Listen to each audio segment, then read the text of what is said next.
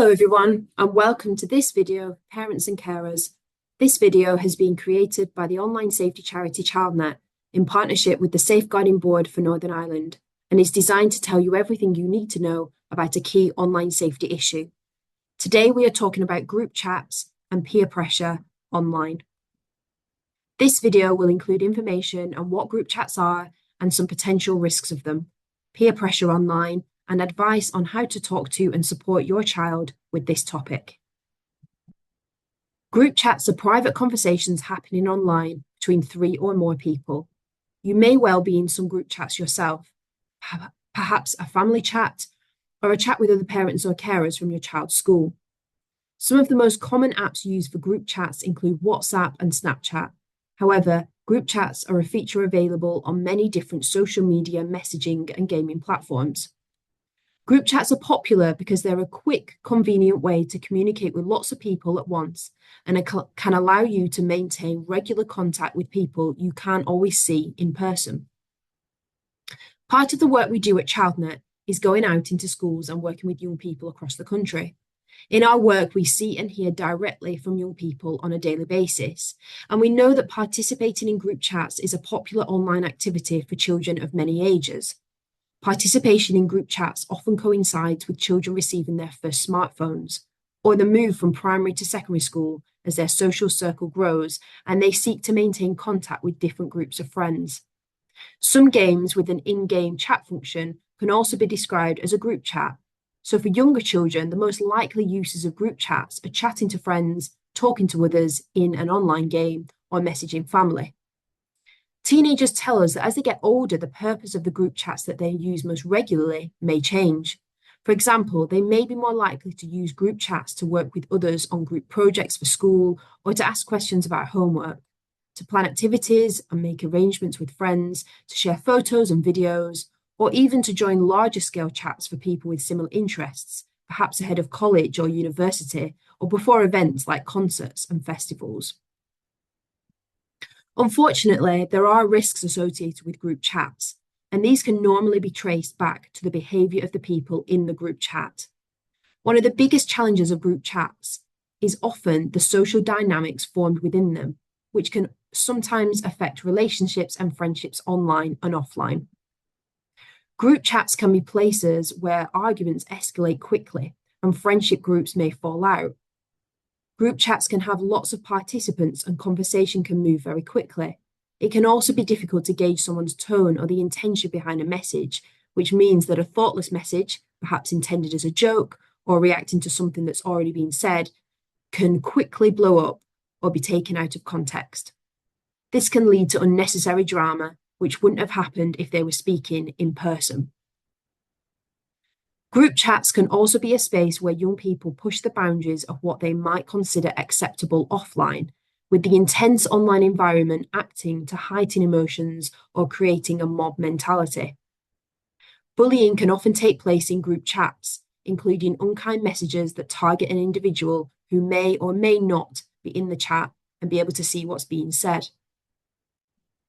Bullying can also lead to young people purposely excluding others or removing somebody from a group chat for no apparent reason. And we often hear from schools about group chats that children have set up to include everyone from a class or year group, but with 1 or 2 individuals deliberately left out. If this issue is of a particular concern to you, we've created a separate video specifically on online bullying. We also know that group chats are sometimes a space where young people may see or may share online hate. That's targeting a group of people because of their identity. This may be because group chats are perceived as private or safe spaces to push boundaries or use inappropriate or discriminatory language that would not be allowed elsewhere. Again, some of these could be intended as a joke, and it could be that young people don't recognise the seriousness of the references or language that they're using. But some content can be intentionally spread through these channels, such as racist, homophobic, or misogynistic ideas. A further risk of group chats is the sharing of inappropriate or adult content. This could include online pornography or nude images of peers or other young people. We also have separate videos on both of these topics with more information about how to support your child with them. It is also possible, particularly through online gaming, that young people may have group chats with people they do not know. We also hear about large-scale group chats that are set up and then try to grow to be as big as possible. This usually involves adding people to the chat and encouraging them to add all their friends and contacts, leading to a chat that can grow very quickly and end up with hundreds or even thousands of participants who don't know each other at all. Ultimately, group chats are often thought of by young people as a private or secure online space, which can mean they feel comfortable saying and doing things they know that they wouldn't be able to get away with elsewhere. Of course, it's very easy for what happens in a group chat to spill out elsewhere. This could be because a parent is monitoring their child's group chats and witnesses some of what is happening, because other participants in the group chat discuss its contents more widely, or even share screenshots of what is being said, or because the dynamics or behaviour that start in group chats start to have a wider impact, becoming more evident in a young person's day-to-day or offline life. One issue that we consistently hear about in our work is peer pressure. Group chats can be spaces where young people are particularly vulnerable to peer pressure because of the group dynamic and because they provide an environment where it is easy for a young person to feel like the odd one out or that someone else is against them. It's also possible for a group chat to lead to a young person feeling pressured to participate in harmful behaviours, even if this is out of character for them. These behaviours could include bullying, sharing adult content, or sending nude images. Young people may also feel peer pressure to participate in group chats themselves. You may hear young people reference the phrase FOMO, which stands for fear of missing out.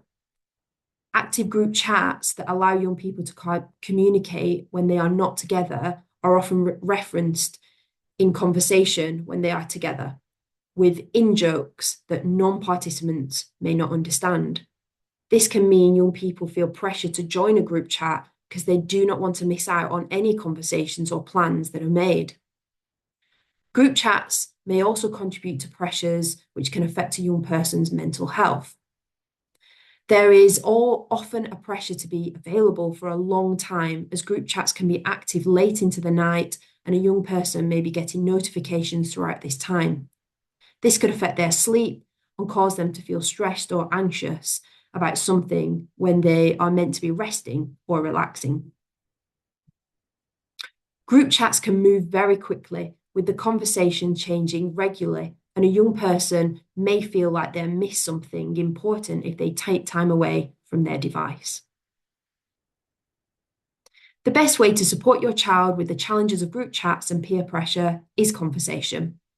Start by talking about the positives of group chats or what they are enjoying about the group chats that they're in at the moment, and use this as a bridge to discuss the potential risks or concerns that you have.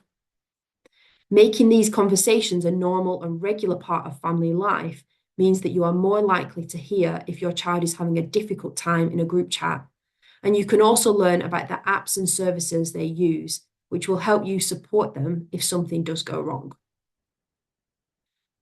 You can also use these conversations to set clear expectations around group chats, which should address the fact that even though they feel private, words and actions in a group chat can have offline consequences and could end up being seen by people not in the chat themselves.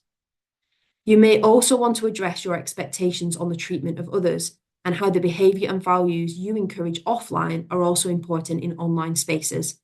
This means being kind and respectful, thinking about the impact their actions might have on others. Look out for signs that your child's use of technology, including group chats, is impacting their well-being. Group chats can be overwhelming, so check in with your child and make sure they know that they can always come to you if something is worrying them or upsetting them online. A change in behaviour, like wanting to spend more or less time online, a new reluctance to talk about life online, or a change in mood may be a sign that something is wrong. Make sure your child knows that they can cut any communication that makes them feel uncomfortable or upset. And they can do this by leaving chats or blocking other users. Ensure that they are keeping personal information to themselves and they are avoiding chats with unfamiliar friends or randomers. Familiarise yourself with privacy settings and parental controls available. These could include muting chats and turning off read receipts to reduce the pressure to reply, or settings that mean only friends or contacts can add them to chats. On some services, you can also use settings that mean that when you're added to a group chat, you receive an invitation which you can accept or decline rather than just being added to chats automatically. You can watch our separate video on privacy settings and parental controls to help with this. For younger children, remember that social media apps, including WhatsApp and Snapchat, requires users to be 13 years old and over, and the safest choice is to wait until you feel your child is old enough to recognise and manage the risks associated with such apps, including group chats. If your child tells you that their friends are using group chats and they feel left out, discuss this with other parents and carers to confirm this and make a decision that works for you and your family. If you decide to allow your child to use group chats before they turn 13, you may feel more comfortable if you supervise and monitor your child's participation or provide clear expectations on what chats they can use and what they can join, such as family group chats. Communicate these expectations with your child and check in regularly with them. For older children and teenagers, make sure to spend some time with your child going through the block and report tools and making sure you both know how to use them. It is also useful to confirm your child knows how to take a screenshot on their device, as this may help them to show you something on a chat if they need to. Your child is likely to want more privacy as they get older, and it may be tricky to enforce total supervision on all of their conversations.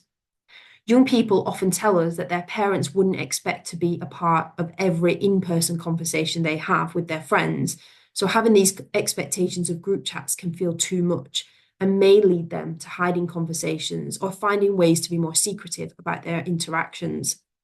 You may want to work together to find a balance that allows you to support them and check in instead.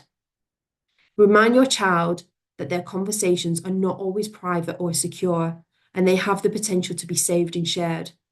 Any messages they send could affect their online reputation in the future, not only with their friends, but also with future employers, colleges, or universities. If your child is using group chats to get to know some new people, make sure to discuss ways they can keep themselves safe while doing so. For example, taking a trusted adult to their first meeting, choosing a public place, and sharing their location. It is natural to feel worried or upset if you become aware that your child has been having issues with group chats, especially if you believe your child has done or said something hurtful. Our advice is to be curious, not furious, as appearing angry could make your child wary about talking to a trusted adult in the future. Instead, stay calm and ask questions. Try to ask open questions and use language that is reassuring and supportive. Phrases like, I'd like to talk to you about the group chat with your friends, but first I'd like to hear your thoughts about it. Or, can you explain to me what has happened and how it's happened so we can try and fix this together? These can help. If your child has said or done something they shouldn't have, you'll need to determine whether they recognise this or need your support to understand why it wasn't okay. You may need to reiterate your expectations about kind and respectful behaviour online, or may have agreed consequences if they don't follow the rules. Remember that as human beings, we all make mistakes, and group chat environments can be particularly difficult to navigate, moving fast and with difficult and different social dynamics at play. Encourage your child to acknowledge when they have done something wrong and where needed to apologise to other members of the chat. It may also be easier to resolve arguments and disagreements in person, as there is less chance for misinterpretation and others can see body language and hear tone of voice. It's important to remind children and young people that some things online are in their control.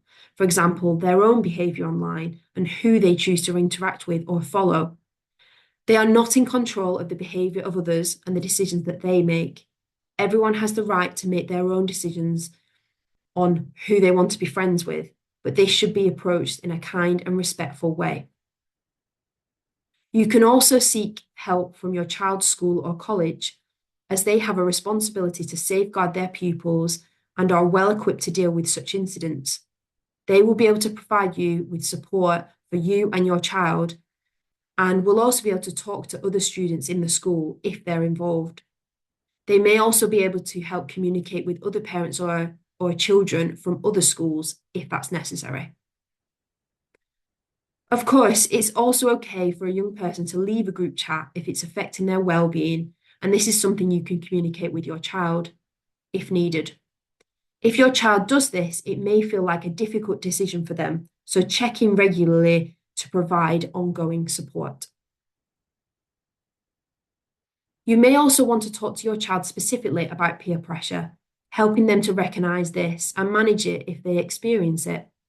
Peer pressure does not always occur in group chats, and it is possible for young people to experience this offline and online environments. Children need supporting to make safe and responsible choices, regardless of the opinions and decisions of their peers.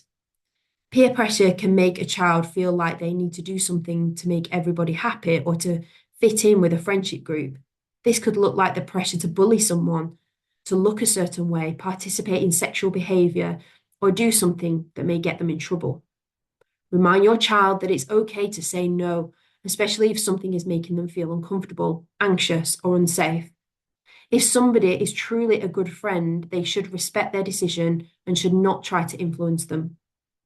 Model to your child how to be assertive and say no with confidence, and how to give an excuse if they need to.